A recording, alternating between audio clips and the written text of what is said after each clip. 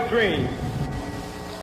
I have the pleasure to present to you Dr. Martin Luther King, Jr.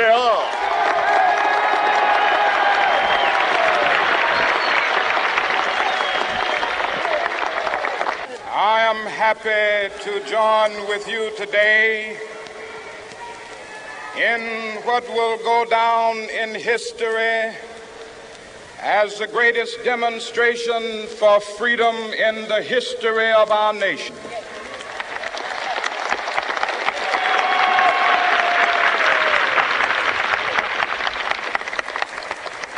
Five score years ago,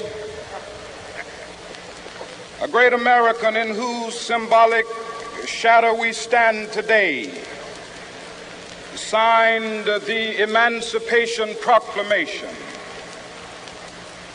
This momentous decree came as a great beacon light of hope to millions of Negro slaves who had been seared in the flames of withering injustice. It came as a joyous daybreak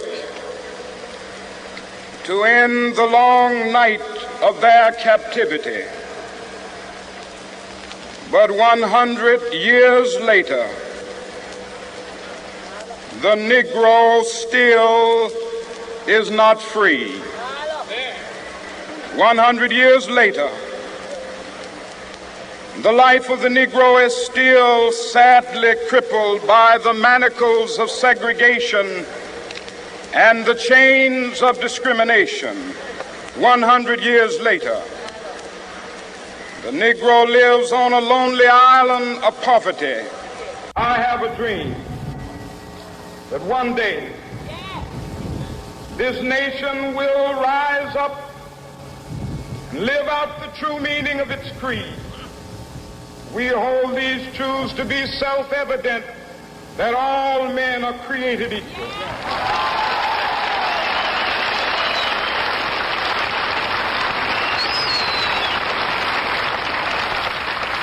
I have a dream that one day on the red hills of Georgia, sons of former slaves and the sons of former slave owners will they be able to sit down together at the table of brotherhood. I have a dream that one day,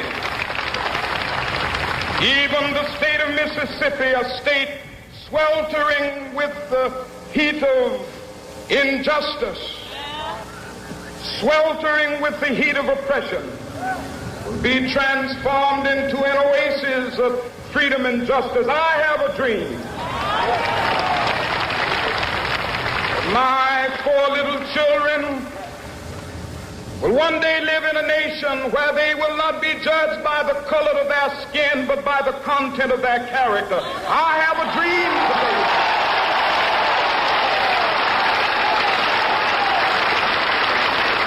I have a dream that one day, down in Alabama with its vicious racists, with its governor having his lips dripping with the words of interposition and nullification. One day right there in Alabama, little black boys and black girls will be able to join hands with little white boys and white girls as sisters and brothers. I have a dream today.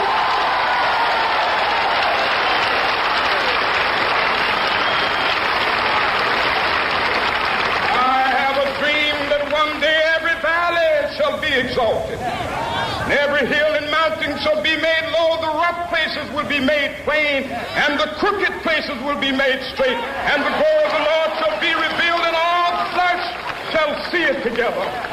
This is our hope. This is the faith that I go back to the South with.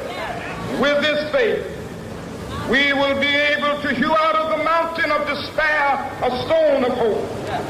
With this faith, we will be able to transform the jangling discords of our nation into a beautiful symphony of brotherhood. With this faith, we will be able to work together, to pray together, to struggle together, to go to jail together, to stand up for freedom together, knowing that we will be free one day. This will be the day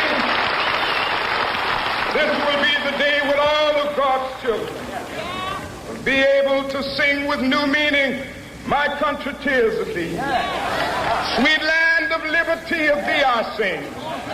Land where my fathers died, land of the pilgrim's pride. From every mountainside, let freedom ring. And if America is to be a great nation, this must become true. And so let freedom ring. From the prodigious hilltops of New Hampshire, let freedom ring. From the mighty mountains of New York, let freedom ring. From the heightening Alleghenies of Pennsylvania, let freedom ring. From the snow-capped Rockies of Colorado, let freedom ring. From the curvaceous slopes of California. But not only that, let freedom ring from Stone Mountain of Georgia. Let freedom ring from Lookout Mountain of Tennessee. Let freedom ring from every hill and molehill of Mississippi, from every mountainside. Let freedom ring, and when we capitalize, when we allow freedom ring, when we let it ring from every village and every hamlet, from every state and every city, we will be able to speed up that day when all of God's children, black men and white men, Jews and Gentiles, Protestants and Catholics, will be able to join hands and sing in the words of the old Negro spiritual, free at last, thank God Almighty.